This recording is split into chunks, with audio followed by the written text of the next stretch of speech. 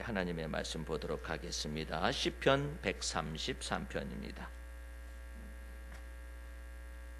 시편 133편 1절서부터 3절까지입니다. 다윗의 시, 성전에 올라가는 노래. 형제가 연합하여 동거함이 어찌 그리 선하고 아름다운고, 머리에 있는 보배로운 기름이 수염 곧 아론의 수염에 흘러서 그 옷깃까지 내림 같고, 헐몬의 이슬이 시온의 산들에 내림 같도다. 거기서 여호와께서 복을 명하셨나니 곧 영생이로다. 아멘. 할렐루야. 오늘 추석 명절을 맞이하여서 주 앞에서 예배로 임하게 됐습니다. 오늘은 주 안에서 하나됨이라는 말씀의 제목을 가지고 시편 133편 1절서부터 3절까지의 말씀을 주 앞에서 은혜를 나누도록 하겠습니다. 시편 133편은 뛰어난 다윗의 작품 가운데서 한 가지를 단편 시에 해당이 되는데, 거기 133편 1절 이전에 다윗의 시, 곧 성전에 헌신하는, 성전에 올라가는 노래를 이처럼 했습니다. 1절의 말씀에 보게 되면 형제가 연합하여 동거함이 어찌 그리 선하고 아름다운고. 다윗은요, 특별히 감성이 아주 풍부한 사람이 있었습니다. 감성 지능이 뛰어난 것에다가 무엇을 소유하고 있느냐면 지성을 소유하고 있었어요. 그래서 다윗의 이와 같은 시편을 보게 되면은 인간의 감성적인 지능을 많이 다룬 내용들이 많습니다. 근심, 걱정, 불안, 초조, 공포, 이와 같은 것 속에서 하나님을 어떻게 의존하였는가, 이런 내용들이 잘 숨어 있는데, 다윗의 감성이 아주 돋보이는 것은 1절입니다. 형제가 연합하여 동거함이 어찌 그리 선하고 아름다운 거. 여러분들이 생각할 때는 그냥 어찌 그리 선하고 아름다운 거 이렇게 되어 있는 것 같지만은 성경의 원문으로 들어가면은 아주 그냥 어떻게 기록되어 있느냐면은 그 얼마나 아름답고 즐거운가. 무엇이? 형제자매가 어울려서 함께 사는 모습이 그 얼마나 아름답고 즐거운가. 그 다음에는 또 다른 말로는 어떻게 기록되어 있느냐면 어찌 이보다 즐거우랴, 또한 어찌 이보다 아름다우랴. 형제들이 함께 어울려서 의롭게 사는 것은 정말 선하기 이를 데가 없으며 이다지도 좋을 수가 있겠는가. 그래서 how good and pleasant 이렇게 돼가지고 얼마나 선하고 얼마나 아름답고 how beautiful 하면서 그냥 막 how beautiful it is 하면서 그냥 감탄을 하는 장면이 나와 있어요. 그래서 그러면은 그와 같은 이 다윗의 말하는 바가 어떤 내용이냐면 형제가 연합하는 것이 아름답고, 그 다음에 또한 동거하는 것이 아름답고, 이렇게 되어 있는데 이 원문 속에서는 어울리는 것이 너무나 아름답다 이렇게 표현합니다. 형제들이 서로가 주 안에서 어울리는 것이 아름답다, 하모니가 나와 있고, 그 다음에 하나 되는 것이 아름답다, in unity 해가지고 이제는 하나됨이 그처럼 아름답다. 그 다음에 together 해가지고 함께함이 아름답다. 이렇게 이 내용 속에 이게 다 이렇게 기록이 되어 있는 것입니다. 그러면은 이것이 일반 가정을 얘기하는 것이냐, 이제 그런 내용을 뛰어넘는 내용입니다. 왜냐하면은 그 속에서 머리에 있는 보배로운 기름이 수염 곧 아론의 수염에 흘러가지고 옷깃까지 내린 같았다, 이와 같이 표현하고 있거든요. 또 헐몬의 이슬이 시온의 산들에 내린 것 같도다. 거기서 여호와께서 복을 명하셨나니 곧 영생을 명하셨기 때문에, 이와 같은 내용인데, 그러면은 하나님께서는 우리의 가정과 교회를 동일시하시는가? 동일시하십니다. 반드시 기억을 하셔요. 우리 가정을 하나님은 뭐라고 하시느냐면 교회다 이렇게 표현을 하십니다. 그러니까 이 부분에 있어서 동일성을 여기에 간직하면서 말을 하죠. 사도행전 16장 32절 말씀에는 주 예수를 믿어라, 그리하면 너와 그 다음에 내 집이 구원함을 얻으리라. 내 집이 구원함을 얻는다. 이렇게 표현해요. 내 가정이 구원함을 얻는다. 그래서 하나님께서 나와 여러분과 그 다음에 또 우리의 가정을 포함을 시키십니다. 그래서 그 가정을 도대체가 뭐라고 이렇게 성경 속에서 원문에 영어로서 기록하고 있을까 그랬더니 우리가 생각할 때는 패밀리라든지 뭐 이렇게 생각하잖아요. 하우스홀드라고 이렇게 번역이 되어 있습니다. 하우스홀드. 그러니까 집을 견고하게 지탱해주고 결속력이 있는 그 가정이라는 의미예요. 홀드라는 의미가. 그런데 무엇으로 결속이 되느냐 이 말이에요. 무엇으로 결속이 되느냐, 그 내용을 오늘 여기에서 다루고 있는 거예요. 오늘은 제가 길게 하지는 않을 겁니다. 길게 하지는 않을 건데 이 뜻을 제대로 알고 가게 되면 하나님이 우리 가정을 향하신 하나님의 뜻, 우리 교회를 향하신 하나님의 뜻이 무엇인가. 가정을 생각하지 않냐고 교회를 생각할 수는 없습니다. 그런데 하나님께서 이처럼 아름답고 이처럼 즐거운 이와 같은 가정의 복을 이 교회의 복으로 이처럼 말씀하고 계시는데, 이처럼 조화가 되어 있고 그 다음에 하나됨이 있고 함께 하심이 있는 이와 같은 내용 속에서 그냥 기뻐하고 즐거워해라. 다윗의 감성은 연단과 훈련을 많이 받아가지고 다윗은 뭐 우울증을 앓은 적이 없어요. 다윗의 이 성향 속에서 우울한 이와 같은 암울하고 우울한 형편과 사정은 있었어요. 그런데 다윗은 근본적으로 무슨 복을 받았냐면은 이와 같은 이 감성 지능에 대해서는 엄청난 복을 많이 받았어요. 그 복을 많이 받은 내용이 뭐냐면 그 머릿속에 이게 근본적으로 뭐가 없느냐면은 우울에 관련된 내용이 없어요. 아주 놀라운 사람이에요.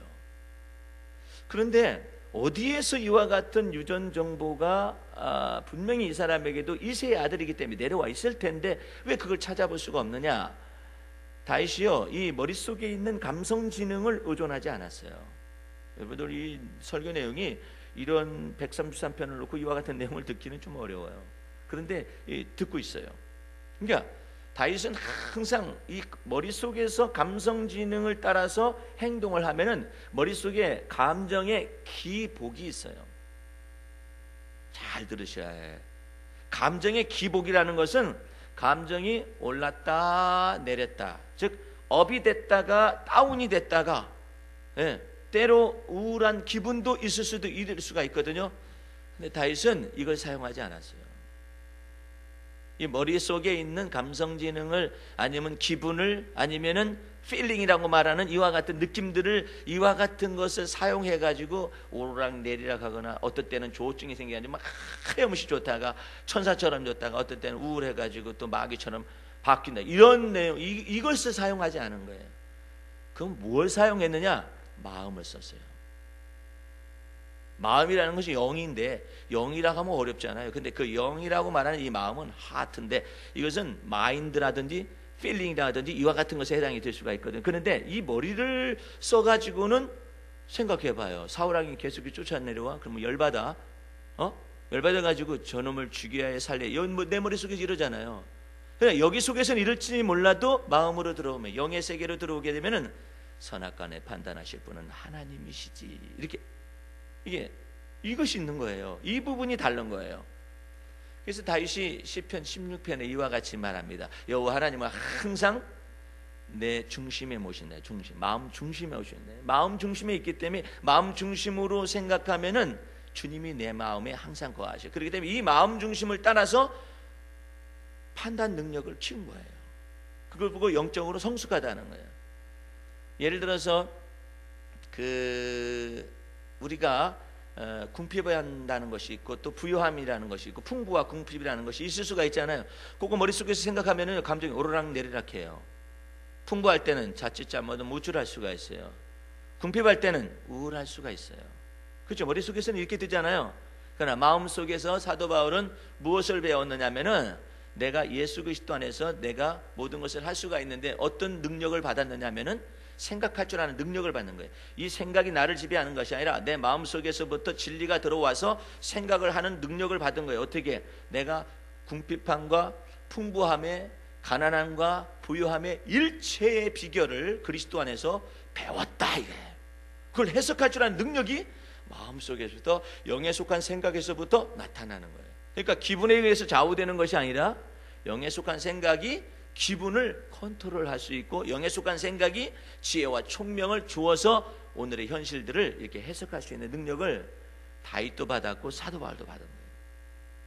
제가 요즘 쓰고 있는 책이 이제 책 페이지 수로 하면은 150페이지를 넘어갔습니다. 한 250페이지 출간을 할 거예요. 여기 넘어갔는데 그 내용이 뭐냐면 금방 얘기했었던 다윗에 대한 내용이에요. 예? 왕과 사도라는 이와 같은 작품인데 킹 앤드 아포슬이라는 거예요. 근데 이 킹은 누구냐면은 킹 오브 더 킹이라고 말하는 이 다윗을 말하는 거예요. 예? 그 다음에 또 아포슬이라고 말하는 이와 같은 사람은 누구냐면 사도 바울을 말하는 거예요. 예? 이와 같은 것 속에서 하나님의 놀라우신 뭐가 있느냐면은 룰링 오버라고 그래. 이게 다스리는 이와 같은 권능이 있네. 다스리는 권능이 있는 거예요. 이와 같은 내용이 오늘 본문 말씀 속에서 다뤄지고 있는 거예요. 그러니까 다윗은 감성 지능이 막 충만했어요. 그래가지고 어찌 그렇게 아름답고 어찌 그렇게 즐거운가. 다윗의 집안은요 본래 즐거운 집안은 아니에요. 다윗의 집안은 즐거운 집안이 아니에요. 근데 그 8명의 자녀들, 아들들 가운데 유독 다윗만 이 마음속에 이 how beautiful it is, how good it is, how 이렇게 이게 굉장히 뛰어난 사람이 얼마나 좋은지 모른다고.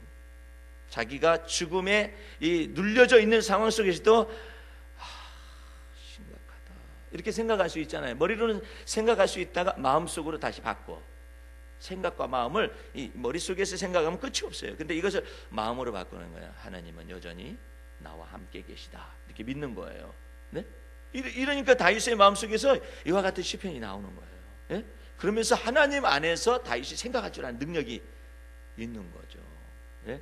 그러니까 굉장히 소중한 거예요. 그래서 여러분들이 이 머릿속에 기분 가지고 왔다 갔다 이것을 저기 사이칼라지라고 그러거든요. 이게 혼적인 거예요. 이 혼적인 것은 아무리 노력을 많이 해도 이게 마인드 컨트롤 하는데 불과한 거예요. 이게 그것으로 해가지고 또 실패하기도 하고 이게 복잡하거든요. 최면술로 해가지고 하지만 여전히 최면술의 이 세계는 그쪽으로 들어갈 수는 있어요. 그러나 여전히 현실이지 않아요. 근데 현실을 해석할 수 있는 능력이 하나님이 내 마음속에 거하셔서 이와 같은 어려움들을 해석할 줄 아는 능력이 다윗이 아주 뛰어났어요. 그러니까 기분에 좌우되지 않습니다. 예? 이 느낌에 좌우되지 않아요. 예? 지적인 내 판단이 이 모든 것을 끌어가요. 좌우되지 않아요. 마음속에서 있기 때문에 여러분들 기분 나쁠 때 이게 마음으로 딱 들어와 보세요. 목사님 안 들어가집니다. 나도 어려웠었어요. 기분이 나쁘면 기분이 나쁜 것이지 무슨 마음이 어떻게 들어가. 예? 아니 내 속에서 기분이 안 좋다 우울하다 그러면 여기에서 내가 사로잡혀 있지 어떻게 마음으로 들어가. 수많은 구도자들이, 수많은 최면수자들이, 수많은 심령학자들이, 세상의 수많은 종교들이 이 마음의 세계로 들어가기를 원하는 것이 그게 도튼 거거든요. 근데 쉽지 않아요. 그러나 우리는 성령님께서 내 마음에 거하시고 주님께서 내 마음에 거하시기 때문에 마음으로 믿어 의에 이르고 입으로 신하여 구원에 이른다 하잖아요. 이 놀라운 은혜가 이미 마음의 시온의대로로 이렇게 열려져 있거든요. 그런데 자기 속에 그걸 몰라서 그럴 뿐이에요. 기분 나쁠 때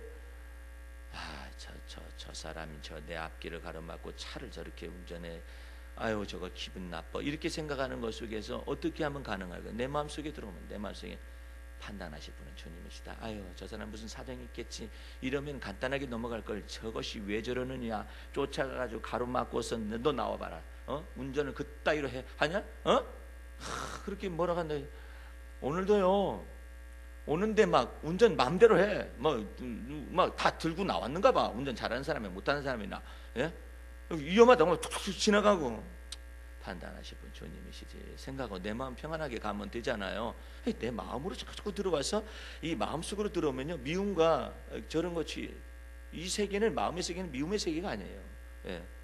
주님께서 내 마음에 거하여 계시다라는 그것 때문에 이제 여러분이 이 기분대로 이게 움직이는 게 아니에요. 그래서 하나님께서 어떤 복을 내리시냐면 이런 사람들에게 특별히 다윗은 감성지능이 뛰어났다는 것은 마음속에서 이 영적인 감정이라는 게 이게 마음에서 이 감정을 컨트롤할 줄 아는 능력이에요. 저희 조카가 아이를 낳았어요. 이번 명절 기간 동안에. 아이를 낳는다. 사람들은 이렇게 생각합니다. 학력이 높은 사람들일수록 지금 아이를 갖는 것이 어렵다고 그래요. 그 왜 그러냐? 너무 생각이 많은 거예요. 너무 생각이 많아. 애를 갖다 어떻게 키우라고 뭐가 어떻고 뭐 심지어는 내 몸만 가질까 봐서 아이를 안 갖는다든지 아니면 뭐 어쩌고저쩌고 뭐 이런들이 많아요. 그런데 마음속으로 들어오면 간단해. 예? 하나님이 이와 같은 경제적인 기근이 닥쳐서 믿음도 파손되고 이와 같은 시대 속에서 하나님이 아이를 주심으로 인해서 무엇을 약속하시냐면은 젖과 꿀이 흐르는 가나안 땅의 약속을 아이를 준 것만큼 더 축복해 주시겠다. 이런 믿음이 있게 되면은 아이를 가질 수가 있는데 아이를 가지려다가 이제 또 그러면 아이를 가져야지 했었더니 안 돼요. 너무나 안 돼. 저희 형님이요 막 들떴어요. 들뜨셔가지고 와 이 아이를 받았다. 그래가지고 그냥 사랑을 하시다가 저희 형수님한테 혼나져요. 그 왜 그러냐 그랬더니 강남 지역에 교회가 있잖아요. 근데 저희 형님은 교육 목사로서 재직하시잖아요. 부목사는 마찬가지잖아요.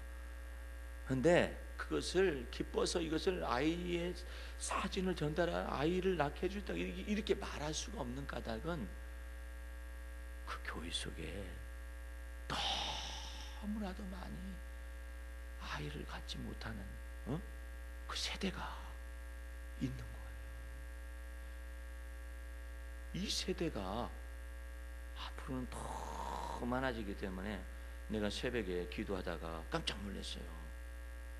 앞으로는 분명히 그렇게 될 것입니다. 아이를 낳지 않을 겁니다. 아이를 낳지 않되 아이가 있게 될 겁니다. 그러면 이제 종말이 다가오는 거예요. 만약에 인공적으로 과학적으로 배아를 해서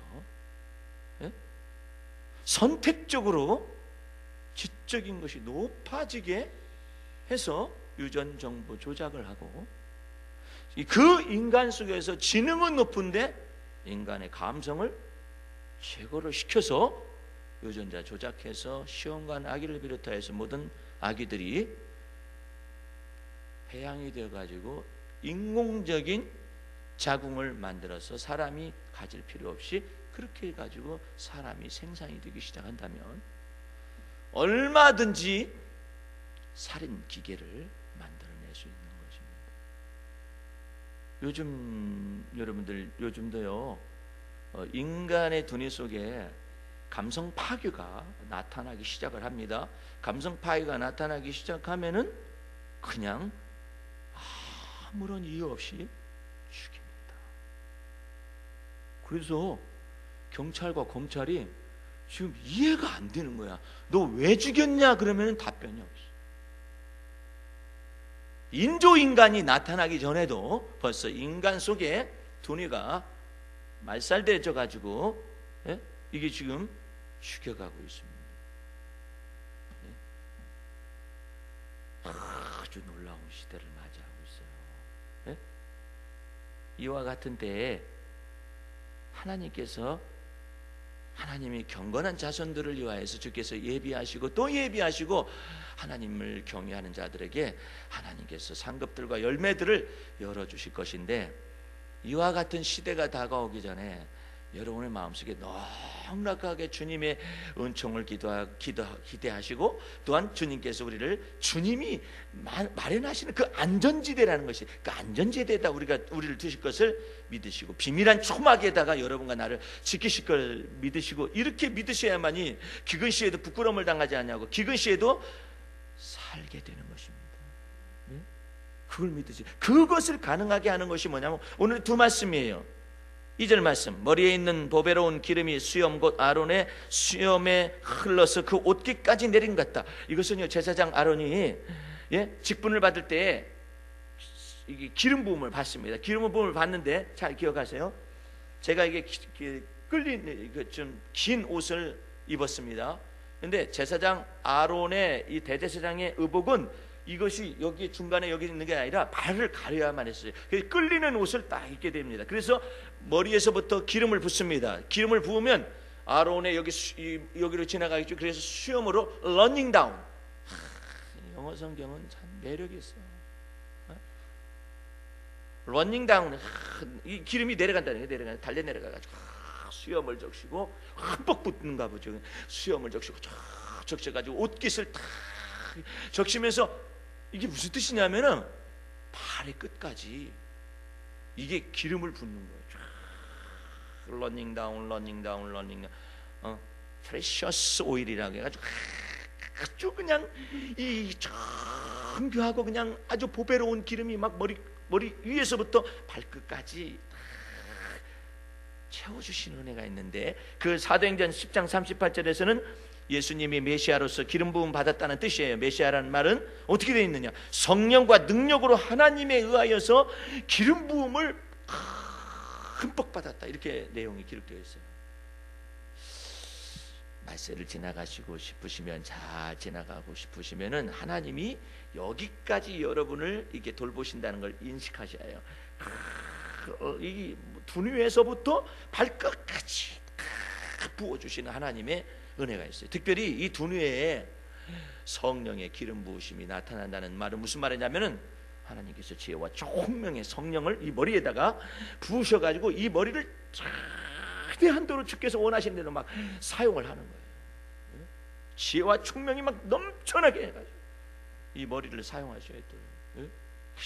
성령의 기름 부으심이 막 머리로부터 이렇게 흘러내리는 이런 내용이 되어 있거든요. 이럴 때 성령의 능력과 지혜와 총명의 능력을 가지고 말세를 살아갈 수 있도록 정신이 지금 막 흐릿흐릿하잖아요. 사람들이요, 정신이 흐릿흐릿하고 정서적으로 막 메마르고 막 이와 같은 시대가 되잖아요. 그러면 그럴수록 다윗처럼 얼마나 아름답고 얼마나 선하고 얼마나 이야 즐거운 일이냐.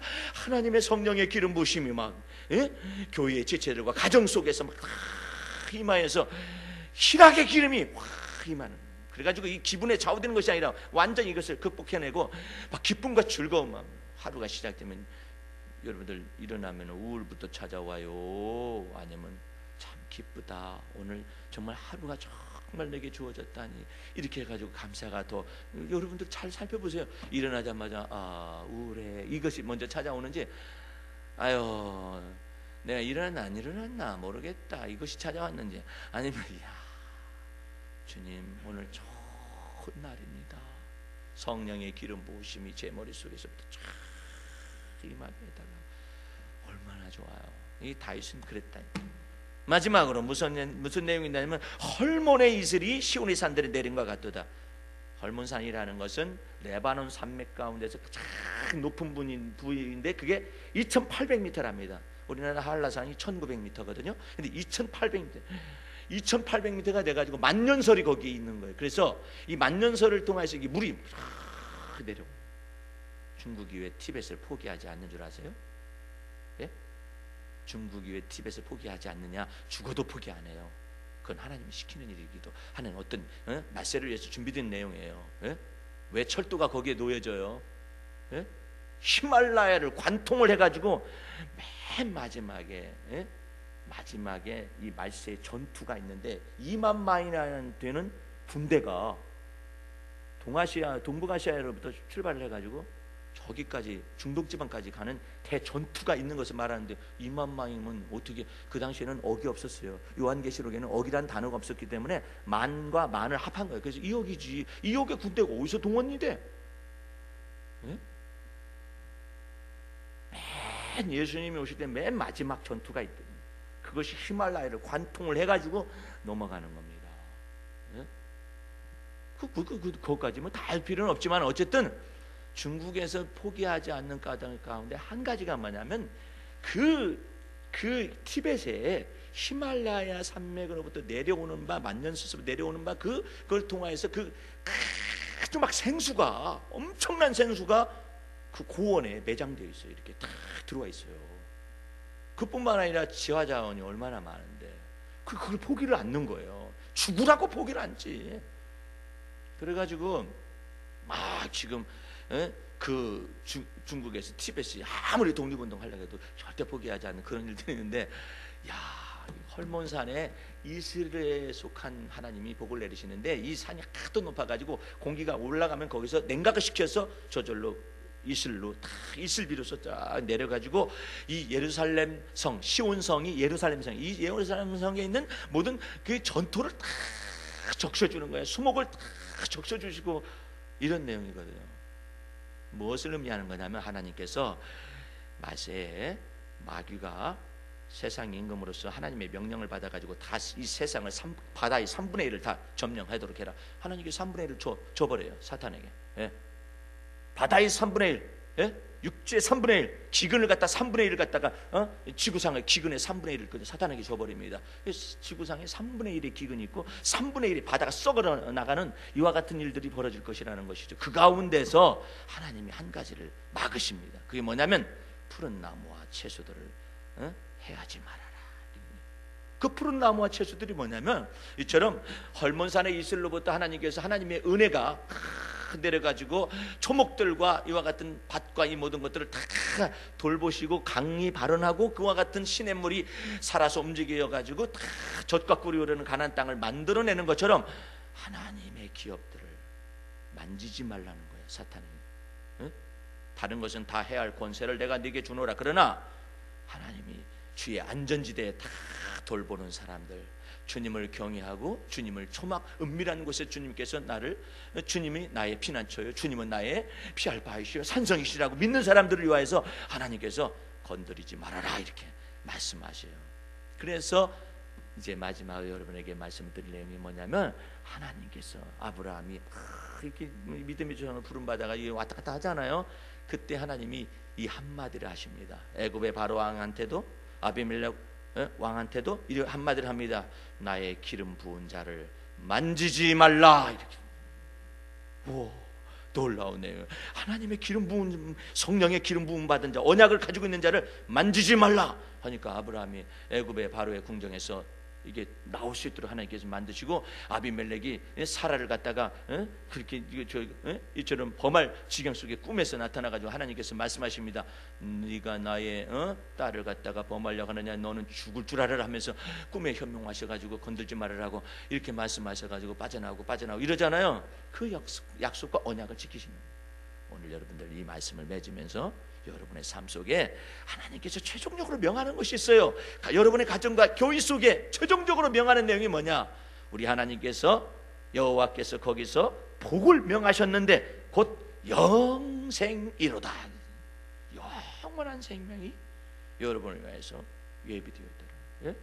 이와 같은 놀라운 은혜가 명절을 맞이해, 추석 명절을 맞이해서 하나님을 믿는 믿음 안에서 내 마음을 넉넉하게 해야 할 이유가 뭐냐? 또한 힘들고 어려웠다 할지라도 주님 예수 그리스도 안에서 주님이 나의 피난처가 되어주시고, 그 다음에 또 산성이 되어주시고, 환난 중에 만날 큰 도움이 되실 뿐만 아니라 머리에 기름을 부어서 지혜와 총명이 넘치게 해서 삶 속에서 하나님이 여러분의 영혼에 튼튼한 닻이 되어줄 수 있는 놀라운 삶을 살기를 주의 이름으로 축원합니다.